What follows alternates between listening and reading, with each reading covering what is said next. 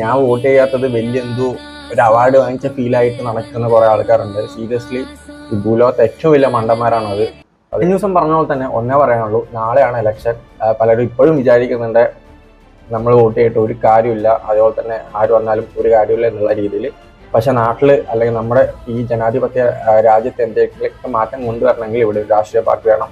അവരെ നമ്മൾ തന്നെ തിരഞ്ഞെടുക്കണം. അത് ഒരിക്കലും എന്താ പറയുക, നിങ്ങളോട് എന്താ പറയുക, നിങ്ങൾ അവർക്ക് തന്നെ വോട്ട് ചെയ്യണം എന്നുള്ള രീതിയിലായിരിക്കും. നിങ്ങളുടേതായ ഒരു രാഷ്ട്രീയ ബോധത്തിൽ നിങ്ങൾക്ക് ആരാണ് ഒരു നല്ല ഒരു ഭരണാധികാരി അല്ലെങ്കിൽ ഭരണം കാഴ്ചവെക്കുന്ന ഒരു പാർട്ടി എന്നുള്ള രീതിയിൽ ആരെയാണ് നിങ്ങൾക്ക് തോന്നുന്നത് അവരെ നിങ്ങൾ സെലക്ട് ചെയ്യുക. അല്ലാതെ വോട്ട് ചെയ്യാതെ വീട്ടിൽ തന്നെ ഇരിക്കരുത്. കാരണം നിങ്ങൾ തന്നെ പലപ്പോഴും പറഞ്ഞിട്ടുണ്ട് ഈ റോഡും ശരിയില്ല, ഈ ലൈറ്റൊന്നും ഇല്ല, അങ്ങനെ പല കുറ്റങ്ങളും നമ്മൾ തന്നെ നമ്മുടെ നാടിനെ കുറിച്ച് പറയാറുണ്ട്.